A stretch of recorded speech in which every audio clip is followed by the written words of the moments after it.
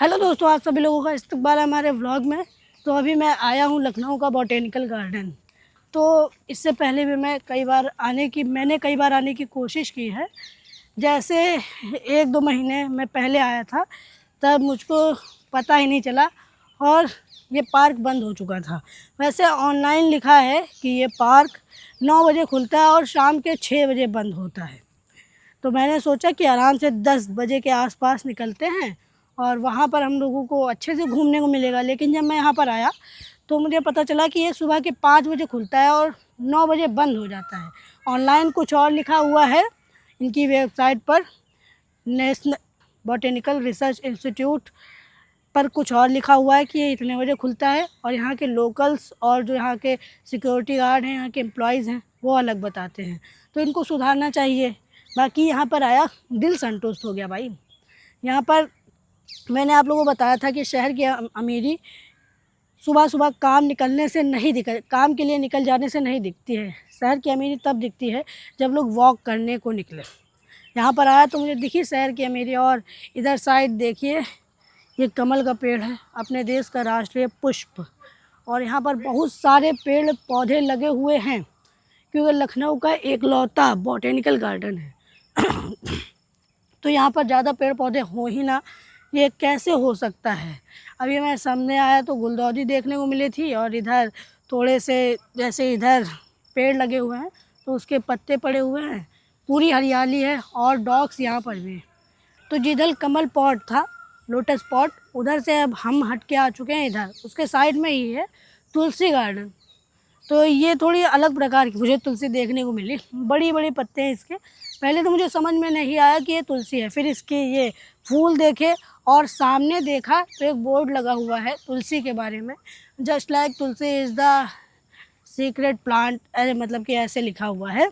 तो वैसे मुझे इसके बारे में पता है क्योंकि ये एक ऐसा मेडिसिनल प्लांट है और ये प्लांट बहुत ही जगह यूज़ में आता है। और कई लोग तो इसको टोने टोटके में भी यूज़ करते हैं, जबकि उसका कोई मतलब नहीं होता है। कई दवाइयाँ ऐसी होती हैं जो कि इसके मिक्सर से बनी हुई हैं।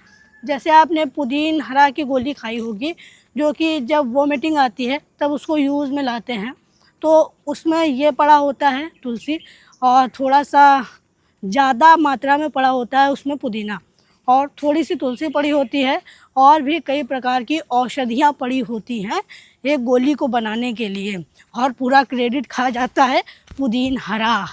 मैं भी गिरते गिरते बचा, भी बारिश हो रही है तो थोड़ा सड़क जो है यहाँ की वॉकिंग प्लेस, तो थोड़ा चिकनाहट सी आ गई है इस पर।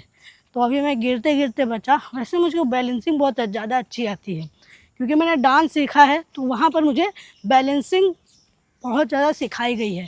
क्योंकि मैं बहुत ज़्यादा डगमगाता था वॉक करने में, जैसे मैं डांस कर रहा हूँ तो बहुत ज़्यादा डगमगा जाता था। तो अब मैं आप लोगों को इस पार्क का थोड़ा सा इतिहास बता देता हूँ। वैसे इसका पूरा नाम है नेशनल बॉटेनिकल रिसर्च इंस्टीट्यूट। तो इसको बनवाया था 1779 में। हमारे अवध के एक बादशाह थे शहादत अली खान जी ने अपनी पत्नी को, अपनी रानी को इसको उपहार में देने के लिए, और फिर तब इसका नाम था सिकंदराबाग। और फिर इसके बाद बहुत सारे चेंजेस हुए और 1957 में इसका नाम चेंज कर दिया गया, रखा गया नेशनल बॉटेनिकल रिसर्च इंस्टीट्यूट। और इससे पहले भी बहुत सारे इसके साथ काम हुए हैं। पहले ये पब्लिक के लिए अवेलेबल नहीं था, केवल राजशाही घरानों के लिए ही अवेलेबल था। लेकिन फिर जब भारत में संविधान बना, भारत लोकतांत्रिक देश हुआ, तो सबके अपने अपने अधिकार मिलने लगे। तो हम लोगों को अधिकार मिला कि हम लोग नेशनल बॉटेनिकल रिसर्च इंस्टीट्यूट में घूम सकते हैं। तो मैं अभी यहीं पर घूमने आया हूँ। वैसे इसकी कहानी बहुत ज़्यादा रोचक है कि एक बादशाह थे जिन्होंने अपनी रानी को गिफ्ट किया और फिर उसके बाद इसको पब्लिक के लिए अवेलेबल कर दिया गया। पहले ये केवल राजशाही घरानों के लिए ही होता था, लेकिन फिर जब भारत लोकतांत्रिक देश हुआ तो सबको जाने का अधिकार हुआ। लेकिन अब धीरे धीरे लोकतंत्र पता नहीं कहाँ बिगड़ता जा रहा है, कुछ समझ में नहीं आ रहा है। वैसे इसमें बहुत सारे कैबिन बने हैं, जैसे ग्रीन हाउस, और थोड़ा एक कैबिन होता है जिसमें सारे गुलाब की प्रजातियां रखी होती हैं। ग्रीन हाउस मेरे पीछे है, और इधर ये थोड़ा कॉमन वाला गुलाब है जो आप लोगों को ज़्यादातर देखने को मिलता होगा। और बहुत सारे गुलाब के कलर होते हैं, जैसे ब्लैक होता है, येलो होता है और वाइट भी होता है गुलाब, जो ज़्यादातर आप लोगों को नहीं देखने को मिला होगा, क्योंकि जब इन लोगों को मिक्स किया जाता है ब्रीडिंग, तब नए नए कलर बनते हैं और उनके अंदर की खुशबू भी अलग अलग बनती है। अभी मैं टहलते टहलते आ चुका हूँ गुलाब उद्यान, मतलब कि थोड़ा गार्डन थोड़ा आ चुका हूँ जहाँ पर गुलाब ही गुलाब है। और सामने देखा तो मोर ही मोर बैठे हुए हैं एक लाइन से, जो बना हुआ है थोड़ा सा टेंट वगैरह जो होता है वैसे ही उसके ऊपर लगे हुए हैं, मोर बैठे हुए हैं। और इधर मैंने आप लोगों को बताया था ये है रोज़ गार्डन। तो इधर आप लोगों को अलग अलग प्रकार के रोज़ देखने को मिलेंगे। जैसे उधर साइड वाइट वाला है सामने, वाइट वाला रोज़, और इधर जो कॉमन होता है वो वाला रोज़ है, और इधर येलो। बहुत सारे इधर देखने को मिलेंगे आप लोगों को। बहुत बड़ी ये जगह है, तो अभी धीरे धीरे घूमते हैं और आप लोगों को ये पूरा देखने को मिलेगा। तो अभी मैं टहलते टहलते जा रहा था उस एरिया में जहाँ पर लोग जुम्बा एक्सरसाइज वगैरह कर रहे हैं। तो रास्ते में मुझे ये पेड़ दिखा, तो मुझे ये पहले लगा कि अंगूर है, लेकिन फिर डाउट आया कि ये वो वाला पेड़ है जो कि रंग बदलता है। लेकिन फिर जब मैंने थोड़ा सा जानकारी ली और थोड़ा पत्तियों को छुआ, तब पता चला कि ये है कॉटन प्लांट, जिसे हम लोग प्यार से कहते हैं कपास, जिसकी खेती भारत में पहले बहुत ज़्यादा होती थी। यहीं से स्विट्ज़रलैंड वगैरह जो देश हैं वो लेके गए थे, जो अंग्रेज़ थे वो भारत से कपास लेते थे और विदेशों में बेचते थे महंगे दामों में। फिर विदेश वाले भारत में आके कपड़े बेचते थे महंगे दामों में। मतलब कि हमारा सामान हम ही को चेप दिया, बस थोड़ा सा प्रिपेयर करके। भाई इधर मोर है, मतलब कि मैंने आप लोगों को कई वीडियो में बता रखा है कि मोर अपने देश का है राष्ट्रीय पक्षी, तो इसको बंद करना अलाउ नहीं है, इसको आज़ाद छोड़ दिया जाता है। और जहाँ पर बड़े बड़े पेड़ पौधे होते हैं, जैसे जंगल हो गया, बॉटेनिकल गार्डन हो गया, और भी कई पेड़ जैसी जगह हैं जहाँ पर पेड़ ही पेड़ हों, तो वहाँ पर हम लोगों को सबसे कॉमन चीज़ मोर दिख जाती है। मोर ज़्यादातर देखने को मिलता है जंगलों में जहाँ पेड़ पौधे हों। तो अभी हम लोग चलते हैं जुम्बा जहाँ लोग कर रहे हैं, एक्सरसाइज कर रहे हैं, उधर चलते हैं। और यहाँ पर बहुत सारे पेड़ पौधे हैं, जैसे कैक्टस हाउस है जहाँ पर आप लोगों को रेगिस्तान के सारे पौधे देखने को मिलेंगे कि रेगिस्तान में कौन कौन से पेड़ पौधे होते हैं। वैसे आप लोगों ने पढ़ा ही होगा, थोड़ा वो सिलेबस में आता है कि कैक्टस, खजूर, जो जिनकी पत्तियाँ ऊपर के साइड होती हैं वो थोड़ा रेगिस्तानी एरिया में उगते हैं। कैक्टस तो ज़्यादातर रेगिस्तान में ही उगता है। सो जस्ट अभी मैं टहल रहा हूँ, तो टहलते टहलते मैं जितने भी पेड़ देख रहा हूँ सबके साइंटिफिक नेम लिखे हुए हैं। जैसे सामने है कैसिया फिस्टुला, तो ये इंडिया का ही है। म्यांमार, पहले आप लोगों को पता होगा भारत अखंड था, तो ये म्यांमार पहले अपने ही देश में आता था। तो ये अपना इंडियन पेड़ ही है, जिसका आप लोगों ने बहुत ज़्यादा नाम सुना होगा, विदेशों में देखा होगा गोल्डन शावर, जो कि बहुत ज़्यादा, जब ये इसकी पत्तियाँ अच्छी होती हैं थोड़ा गोल्डन कलर की हो जाती हैं। विदेशों में आप लोगों ने देखा होगा, विदेशों के व्लॉग्स में देखता हूँ तो मैं ज़्यादा देखता हूँ, लेकिन यहाँ देखा तो ये तो मुरझाया सा लग रहा है। ऐसा लग रहा है कि इसकी सही से देखभाल नहीं हो पाई है। और यहाँ पर देश के कोने कोने से है क्या, चेरी,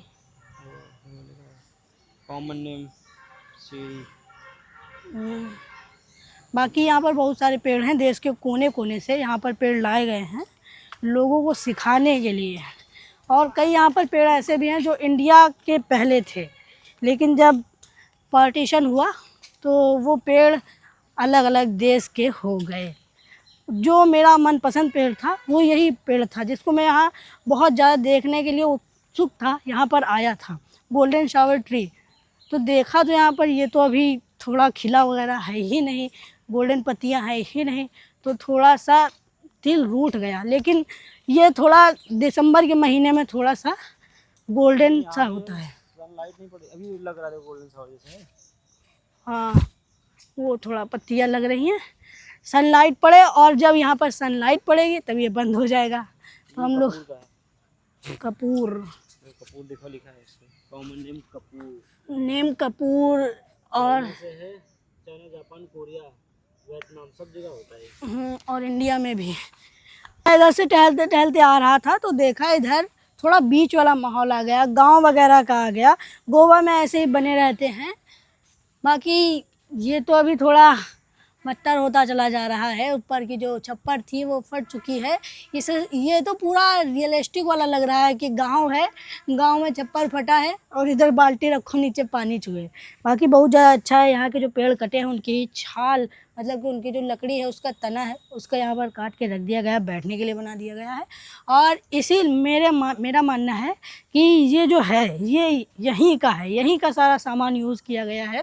मैं भी इसको बना सकता हूँ। इसको बनाने के लिए आपको चाहिए बस क्या, ये फूस चाहिए और ये रखा है बांस, और ये भी बांस का ही बना है। और ये तो पेड़ है, कोई भी आप ले सकते हैं। और ये डस्टबिन बहुत ज़्यादा अच्छा लग रहा है इधर बहुत ज़्यादा अच्छा लग रहा है ये। बाकी कई जगह रखे हैं प्लास्टिक के भी, मतलब कि स्थायी कर दिए गए हैं, लेकिन ये वाला देखा तो बहुत ज़्यादा अच्छा लगा मुझे। और सामने फूल देख रहे हैं आप, ये दिसंबर में जब खिलते तब बहुत ज़्यादा अच्छा लगता है। ये हमारे गांव में ताल के किनारे किनारे थोड़े थोड़े लगे रहते हैं, येलो और रेड वगैरह ये खिलते हैं तो बहुत ज़्यादा अच्छा लगता है। प्रयोगशालाएँ, लैब्स, नर्सरी कार्यालय, वैसे आप लोग जो पेड़ देखते हैं ना भारत में, ये यहीं से बनते हैं। यहाँ पर एक्सपेरिमेंट होता है, इनोवेशन होता है।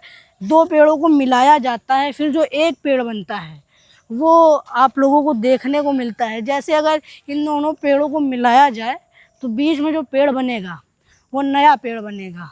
वैसे ही जो आप कलर वाले गुलाब देखते हैं, कभी काले गुलाब देख रहे हैं, कभी सफ़ेद गुलाब देख रहे हैं, तो उनको मिलाया गया है। आप लोगों ने आर्ट की क्लास में सीखा होगा कि ये कलर मिलाओ एक नया कलर बन जाएगा। तो अभी जो आप मेरे पीछे देख रहे हैं ये बैगनवेलिया, इसके पेड़ आप लोगों ने बहुत ज़्यादा देखे होंगे। ये गुलाबी होते हैं, वाइट होते हैं, जिनसे आप लोग पार्क में देखते होंगे मोर बना देते हैं पेड़ों को तोड़ मरोड़ के। ज़्यादातर इसी पेड़ का प्रयोग होता है। और आप लोगों ने देखे होंगे पार्क में कलाकृति बनी होती है, इसी का यूज़ करके बनता है और ज़्यादा बहुत ज़्यादा सुंदर लगता है। यह ऐसा पेड़ होता है जो हर वक्त खिला रहता है। जब इसकी पत्तियां झड़ जाती हैं तो ऐसा लगता है कि इसकी पत्तियां ही गुलाबी और वाइट हैं, तो और भी ज़्यादा अच्छा लगता है। कई पेड़ मैंने ऐसे भी देखे हैं जो कि इतने सुंदर लगते हैं कि कुछ कहने को नहीं। और अभी मैं आप लोगों को वो पेड़ दिखाने भी वाला हूँ। इधर आप लोगों को एक मूर्ति देखने को मिलेगी ध्यान मुद्रा में, पतंजलि जी शायद है, मेरे हिसाब से तो पतंजलि जी ही लग रहे हैं, क्योंकि उनकी दाढ़ी देखिए, उनकी ध्यान मुद्रा देखिए। बाकी जितने लोग भी ध्यान में जाते हैं उनके हैंड ऐसे ही होते हैं। कई लोग तो घुटनों के ऊपर हाथ रख लेते हैं, बट मुझे ये पोजीशन अच्छी लगती है, थोड़ा हाथ के ऊपर हाथ, तो अच्छा लगता है। बाकी ध्यान मुद्रा में जाने के बाद जो संतुष्टि होती है वो वही फील कर सकता है जो एक बार ध्यान में गया हो। वैसे ये पार्क तो बहुत ज़्यादा बड़ा है।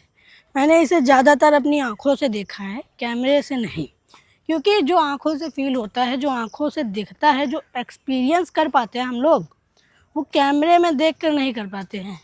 एक बार आप लोगों को आना चाहिए इस जगह पर। और बाकी यहाँ पर लोग जुम्बा वगैरह करते हैं। हम लोग तो थोड़ा सा लेट हो गए थे, बट ज़्यादा लेट नहीं हुए थे। हम लोग यहाँ पहुँच गए थे 8 बजे और ये 8:40 पर बंद हो जाता है। यहाँ पर लोग जुम्बा कर रहे थे, प्रैक्टिस कर रहे थे। अपने जो एथलीट हैं, जो कुछ ना कुछ स्पोर्ट में करना चाहते हैं या फिर अपनी फ़िटनेस को मेंटेन बरकरार रखना चाहते हैं, तो वो इस जगह पर अपना एक्सरसाइज वगैरह करते हैं। वैसे ये पेड़ का संग्रहालय बहुत बड़ा है। यहाँ पर देश के कोने कोने से पेड़ आए हैं, संग्रहित करे गए हैं। और इधर थोड़ा सा आप लोगों को वाइब आएगी, जो प्राकृतिक प्रेमी हैं उनको तो बहुत ज़्यादा अच्छा लगेगा इधर, क्योंकि इधर शांति है, पेड़ पौधे हैं, चिड़िया हैं और मोर वगैरह की आवाज़ें तो बहुत ज़्यादा अच्छी लगती हैं। बाकी ये बहुत बड़ा है, आप लोगों को एक बार आना चाहिए इधर, क्योंकि आँखों से देखोगे तो अलग ही फील होगा, अलग ही एक्सपीरियंस होगा। कैमरे से देख के आप क्या ही महसूस कर लोगे, ये देख लोगे कि ये इधर पेड़ लगा हुआ है, ये इधर। और ये जो बैम्बू का पेड़ दिख रहा है इसको बेत कहते हैं, ये एक प्रकार का बैम्बू ही होता है, बट इसका यूज़ अलग अलग कामों में होता है। बाकी ये पार्क बहुत बड़ा है, घूमने में मज़ा आ गया। एक बार आप लोगों को भी आना चाहिए। व्लॉग देखने के लिए धन्यवाद। Thanks for watching. Bye bye. सब्बा खैर।